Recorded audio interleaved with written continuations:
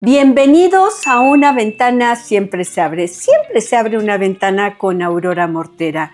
Y el día de hoy vamos a hablar de un tema muy interesante. ¿Qué crees? Hay mucha madre, ¿verdad? Pero ¿y los padres? ¿Cuándo hablamos de los padres? Y sobre todo ahora que se acerca la fecha justo en que se festeja a los padres. Pues bien, hoy tengo un invitado especial. Él es el maestro en psicoanálisis, psicólogo de formación, con varios diplomados, con una maestría, como decía, en psicoanálisis y con mucha experiencia en el trabajo con los niños y sobre todo, también, él es padre. Justo, él es padre y él tiene mucha información con respecto a la importancia del padre porque es director de una escuela y ha hecho trabajo con niños con diferentes tipos de problemas, desde la evaluación hasta el tratamiento. Pues bien, muchísimas gracias, Bernardo, por estar aquí, por aceptar esta entrevista. Bueno, a ver, ¿por dónde empezamos? Tú empezaste con psicología, pero luego recuerdo que te fuiste a toda la parte de evaluaciones psicológicas para los niños, en cuestiones de lenguaje, en cuestiones de conducta, en cuestiones de alteraciones psicomotrices también, ¿verdad? En cuestiones intelectuales. Y hacías las entrevistas clínicas, por supuesto, como para complementar esa evaluación. Y me imagino que descubrías algunas cosas que tenían que ver con la participación de los padres, de las madres y de los padres. Un poco como el niño espejo de los padres. ¿Algo así? Bueno, antes que nada, muchas gracias por la invitación, por todas las flores. Y pues sí, yo empecé a trabajar como psicólogo en clínicas para niños con problemas de aprendizaje y justo mi función era hacer las valoraciones, los psicodiagnósticos. Y lo primero que llama la atención es que es un mundo casi de puras mujeres, no solamente por los que trabajamos ahí, sino por quienes llevan a los niños. La mayoría eran las mamás, ¿no? Hacíamos la cita y en la entrevista generalmente solamente llegaban las mamás y uno preguntaba, ¿y el papá? No, pues es que el papá trabaja. Y la mamá también trabajaba, pero la mamá sí iba, ¿no? Entonces era necesario pedir una cita para el papá, ¿no? Y era importantísimo porque cuando iban los papás salía una información muy valiosa, ese otro punto de vista que permitía ver otro lado del niño, ¿no? Otra faceta y bueno, a veces descubríamos que a veces era la misma mamá que como que no insistía o casi no invitaba al papá y el papá pues también cómodamente, yo no estoy citado, yo no tengo que ir y esa es una labor que hay que hacer desde la valoración, aunque también en el ámbito educativo es algo que se repite. El papá casi no aparece. Y cuando empieza a aparecer, hay ocasiones en las que la mamá dice así como que no, como que lo voltea a ver rechazando la opinión o mejor tú no opines, pero ahí se abren cosas cuando es posible que la mamá escuche y que el papá intervenga, porque se tienen que conjugar esas dos cosas, ¿no? Que la madre se pueda abrir y que el papá en esos casos quiera dar un paso adelante, aunque eso implique cierta problemática en la familia, ¿no? De, ay, ¿por qué abriste la boca? Y ahora yo tengo que escuchar, ¿no? Y eso abre el panorama para el niño, ¿no? Hasta la escuela dice, mira, no me había dado cuenta de estas cosas que describe el papá, ¿no? Que la misma perspectiva que nos da el papá nos permite ver cómo recubre, cómo cómo va vistiendo a su hijo, que no es solamente la mamá la que lo viste, no me refiero a la ropa, sino a que lo viste con una mirada, lo viste con un cariño, con una importancia, que muchas veces no se alcanza a ver en las clínicas o en las escuelas, pero que por ahí está, aunque sea un poquito. Sí, oye, fíjate que ahorita que te escuchaba, hasta yo sentía un poquito así como de tensión porque decía, híjoles, o sea, las mamás que vean este video van a decir, a ver, espérame, o sea, ¿quiere decir que entonces es nuestra responsabilidad? Y pues es responsabilidad de los dos, ¿verdad? Así es. Es el padre levantando la mano y diciendo, aquí estoy, ¿sí? Yo también quiero asistir a la consulta, yo también quiero asistir a la cita con el doctor, yo también quiero asistir a llevarlo a las actividades que él tiene, compartir sus espacios de recreación con él. Yo también quiero tener tiempo con él, ¿verdad? Pero eso es como un poquito, tú que estudiaste psicoanálisis, es mucho es necesario que la madre mire al padre, que sería como una metáfora, es decir, es necesario que la madre voltee a ver al padre en su participación y lo incluya, como decir, ponerle una silla para que él se siente y también participe, porque de otra manera el padre queda ausente. Y sí, el padre es ausente. O sea, ¿o qué se necesita para hablar de que el padre es ausente? ¿Cuándo el padre puede decirse que es ausente? ¿Cuando no está físicamente o cuando no participa en nada? Bueno, hay caso por caso, pero de manera, digamos, en este modelo que puede ser muy frecuente, ¿no? De pareja, de padre y madre, pues como bien decías, ¿no? Con esa mirada de la mamá, que le abra, que le deje un hueco, un espacio, aunque no es solamente responsabilidad de la mamá, ¿no? El papá también puede estar cómodamente instalado en la pareja, pensando y dejando pues que la mujer se haga cargo, ¿no? Que la mamá se haga cargo, y ahí es en donde el papá, pues por supuesto que siente una comezón, una cosquillita, y esa comezón es como un timbre, ¿no? De sí, adelante, da el paso. Ser papá es difícil. Aunque esa comezón, claro que sí. Perdón que te interrumpa, aunque esa comezón a la que tú te refieras sea invitar a la discusión.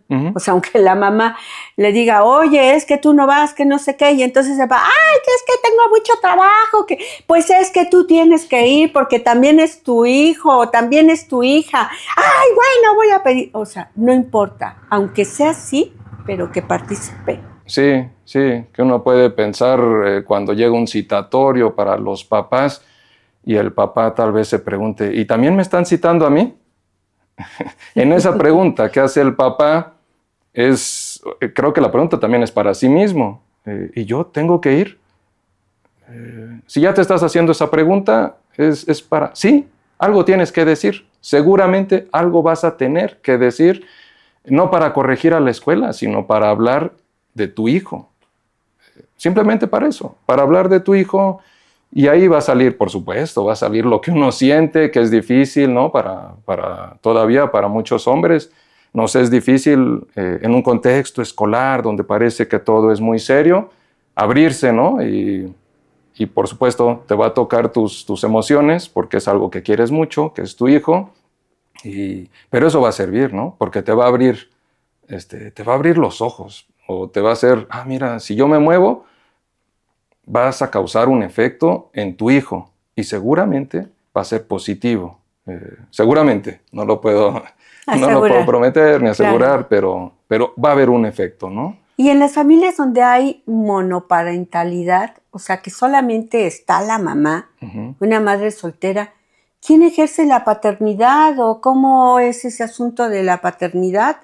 O sea, ¿se puede decir que no hay padre? Tal vez físicamente no esté el papá, ¿no? El papá biológico, pero para hablar de una función paterna, no necesitaríamos necesariamente al padre biológico, ¿no?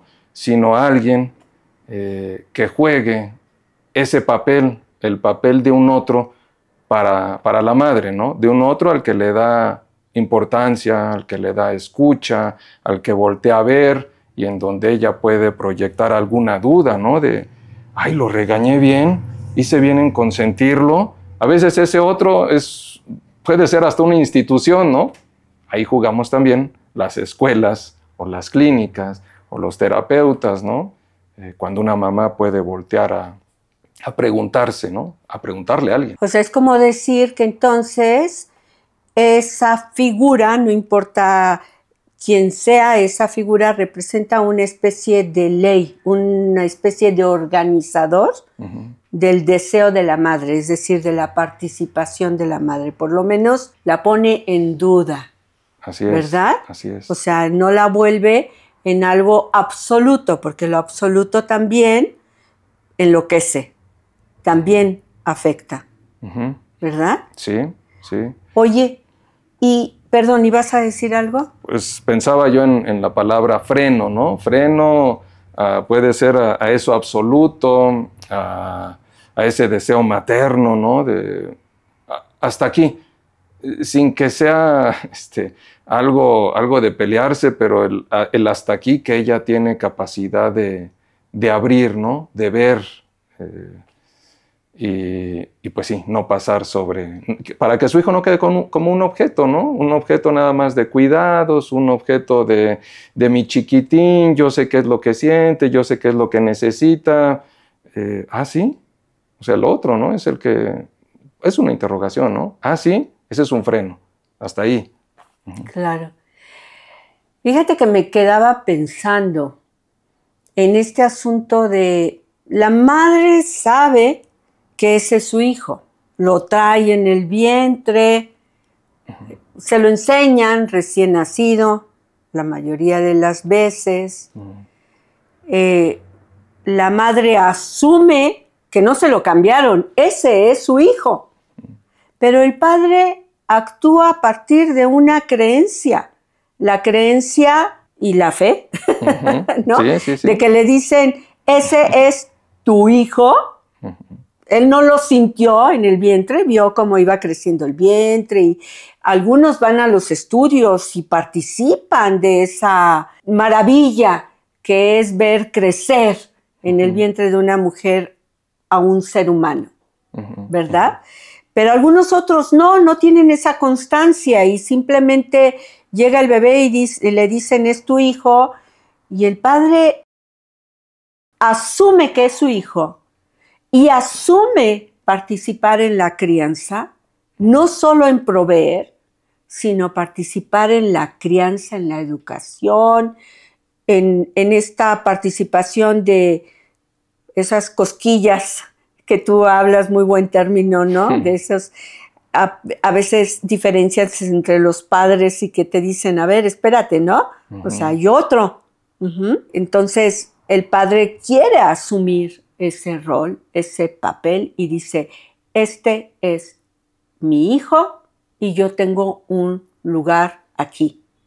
Que sería lo mismo finalmente que cualquier otra figura que quiera asumir ese papel de yo participo en la educación de este hijo. ¿Así es? Ahora que te escuchaba pensé en, ser madre, todo el mundo lo ve, hasta hay películas en donde se ve que es muy difícil, ¿no? Sobre todo cuando es el primer hijo, cómo lo cambio, cómo lo cargo, cómo lo alimento. Pues esa también es una dificultad para el padre. Es decir, ser padre también es bien difícil, ¿no? Asumir, ese es mi hijo, no es solamente el acto de fe, de me dijeron que es mi hijo, o mi esposa me promete que es mi hijo, sino es el acto de, aunque es muy difícil, aunque no sé ni cómo hacerle, repito, con un hijo primerizo, es mi hijo. Y con toda la angustia del mundo, voy a aprender, ¿no? Y también me acordé que entre los cursos que yo tomé, que este no es un curso de formación, tomé el curso psicoprofiláctico y vaya que sirve, ¿no? Porque yo quedaba después de cada sesión muy cansado, porque era bombardearme a mí mismo de preguntas o alcanzar a ver algunas dudas, y si no las veía, las sentía hasta en el cuerpo. Me acuerdo alguna vez tuve reacciones en el cuerpo, porque era empezar a ver esa experiencia cada vez más cercana, ¿no? De viene un hijo, y eso con qué se come, ¿no? ¿Que tú tuviste hijos que nacieron en el agua? El plan era que los dos nacieran en lo que se llama parto en agua, pero el primero tenía tanta prisa que no dio tiempo de que se llenara la tina, y la segunda sí, ella sí venía más despacio, con más pausa, y vaya que tuvimos tiempo para que se llenara 1, 2 y hasta 3 tinas, ¿no? Sí, así es. Así es. Wow, o sea que estuviste ahí presente, participando en el momento del nacimiento. Sí. ¿Y qué sentías, ¿Qué sentiste cuando viste a esos pequeñitos, a tu pequeñita? Pues por supuesto que mucha emoción, pero sobre todo el miedo. Miedo de que todo salga bien, cómo va a salir. El primero, el miedo fue más fuerte. Ya el segundo ya más o menos sabía cómo funcionaba, cuáles eran los pasos, pero en el primero es entrar a una atmósfera, no solamente por el nacimiento, sino uno entra a una sala de hospital en donde, y yo qué hago, ¿no? Porque la que va a ser atendida, como debe de ser, es la mujer parturienta, el bebé, y uno se queda como testigo, ¿no? Mirando, pero no puede hacer, ni puedes, ¿y yo qué, en qué ayudo? Sino viendo y te vas acomodando, ¿no? Pues sí, creo que ahí el papel sí es de testigo, ¿no? De testigo. ¿Y crees que de alguna manera ha influido en tu paternidad el grado de conocimientos que tú tienes con respecto a qué provoca alteraciones psicológicas, psicopatológicas? Porque desde este asunto de cuando los viste nacer en el agua, pues claro, o sea, si eres una persona que tiene información, eres una persona que está preocupado porque no ocurra X, Y o Z, ¿no? O sea, es decir, todo ese esquema que tienes de información llega a ser un contribuyente o alimentador de dudas, de inseguridades, de preocupaciones, de ansiedades, simplemente. Sí, así como lo dices, para bien y para mal, ¿no? Porque uno ve, sobre todo cuando trabajaba en las clínicas para niños con problemas de aprendizaje, a veces me tocaba ver casos muy difíciles, graves, y eso fue en mis primeros años, antes de que yo fuera papá. Así que con esa experiencia, yo estaba esperando a que naciera mi hijo, y sí pasó por mi mente el miedo de que fuera a traer alguna discapacidad, alguna enfermedad de las que yo había explorado en historias clínicas. Eso por un lado. O sea, miedos, ¿no? Miedos que uno puede tener por la información o por el entrenamiento que uno ha recibido. Y por otra parte, pues al recibir tanta capacitación, no solamente me refiero a estudios de psicoanálisis, sino capacitación en las escuelas. Actualmente la SEP manda muchos cursos, sobre todo en línea, de derechos humanos, de alimentación saludable.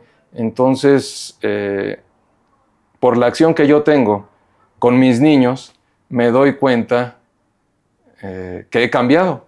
O sea, que le pongo más atención a la alimentación, que soy más cuidadoso, ¿no? Que eso no es tan ventajoso para mis hijos, ¿no? Claro, ay, papá, por supuesto. y ahí es en donde yo me tengo que medir y darme cuenta, percatarme de lo que tú me has preguntado, ¿no? Percatarme de, a ver, esto es de todo el bombardeo que tengo, que funciona bien en la estructura pedagógica de la escuela en donde trabajo, pero acá no estoy dirigiendo una escuela. Acá son mis hijos, entonces escúchalos, ¿no? No solamente escuches toda tu información, escúchalos. Así que hay que mediar, ¿no? Hay que hacerle un espacio a ellos. O sea, de alguna manera aprender a negociar. Sí. Aunque sean niños, ¿no? Sí. O sea, con cierta cuestión de ceder y no ceder. O sea, es decir, a veces uno como padre, digo general, tiene miedo de reprimir, pero también tiene miedo de soltar demasiado. Sí. ¿No? Sí. O sea, como que el justo medio siempre es una pregunta. Sí, sí. Uno no puede estar completamente seguro cuando actúa con sus hijos, sobre todo en ese tema de limitarlos o de llamarles la atención, ¿no? Porque está la duda de, siempre hay como que un poquito de culpa, ¿no? Después de haberles llamado la atención de, ay, no habría sido muy fuerte o lo contrario, quizá me hizo falta ponerle más el límite, pero yo me quedo con lo importante es la intervención, ¿no? Que haya una intervención y ver el efecto, mientras uno no sea, no se pase de un límite, ¿no? De una raya, ver el efecto, porque claro que los hay, ¿no? Uno ve el rebote en los hijos, uno pensaba una cosa, pero ve al hijo. A lo que voy es o sea, uno tiene su mirada, ¿no? Pero en estas dudas uno permite la entrada, pues, del otro, del hijo, ¿no? Ya regresó y me dijo esto, o lo vi que cambió y acomodó esto, y a lo mejor mi intención era que se quedara triste o llorando, y no, reflexionó y ya viene con otra actitud y no necesito quedarse oprimido por mi regaño, ¿no? Okay. O sea, son formas de ser padre, ¿no? Que nos podemos ir abriendo. Abriendo. Bueno, casi llegamos al final y yo quisiera preguntarte, porque no lo quiero dejar en el tintero. ¿En la escuela hacen algo para festejar al padre? ¿O es menos importante el festejo que al que hacen para la madre? En la escuela, sí, ya desde hace muchos años hacemos un evento para los padres. La fecha no ayuda mucho, y siempre lo vemos en la escuela, ¿no? Cuando tengo las juntas con las maestras, en las juntas de consejo, que sí se trabaja ese día, aunque no van los niños, no ayuda la fecha porque son exámenes finales y justo tenemos que procesar toda esa información y estamos viendo la clausura, así que para el Día de las Madres tenemos tiempo para ensayar. Para el Día del Padre es sobre exámenes, haz una actividad. Además, el Día de las Madres como que es más solicitado por las mamás, por los papás, uno que otro pregunta, ¿no? A veces son más las mamás las que preguntan, oye, ¿y el Día del Padre también? También es una fecha en que es difícil que los papás vayan, no van tantos, cada vez van más. Y sí, lo que hacemos entonces es una actividad, antes era muy relacionada con el género. Pues papás, hacemos algo deportivo. En los últimos años ya no alcanzamos a ver eso de no tiene que ser forzosamente algo que uno asocie con el género, sino algo que permita que el papá realice una actividad con su hijo, con su hija, y generalmente entran al ambiente, al salón, se sientan en el lugar de sus hijos y ahí construyen algo. Y mientras lo construyen, se van diciendo, intercambian mensajes. Entonces, procuramos que sea algo como se llama socioemocional en ese par. Pues bien, Bernardo, muchísimas gracias. Muchas gracias por esta entrevista. Creo que toda esta información va a ser de mucha utilidad para los padres. Y bueno, ha llegado el momento de 6 cosas que debes de saber para vivir mejor. De acuerdo a nuestro especialista. Número 1, ser padre te toca. 2, el Día del Padre para los que están presentes es un homenaje y un reconocimiento. Para aquellos que no están presentes es un recordatorio. Debes de estar ahí. 3, si te toca ser padre, Abrir la puerta es el primer paso. 4. No se te olvide, no es pura madre. También el padre tiene un lugar en la educación de los hijos.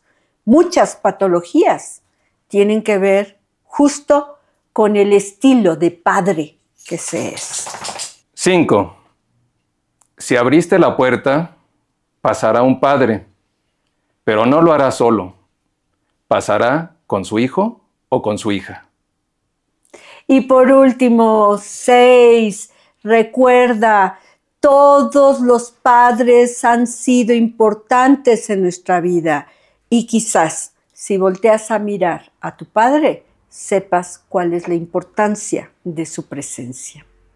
Gracias, muchísimas gracias. Si te gustó este video, dale like y compártelo. Y nos vemos la siguiente semana con un tema de gran interés para ti. Quiero hablar de algo muy personal. No te lo pierdas.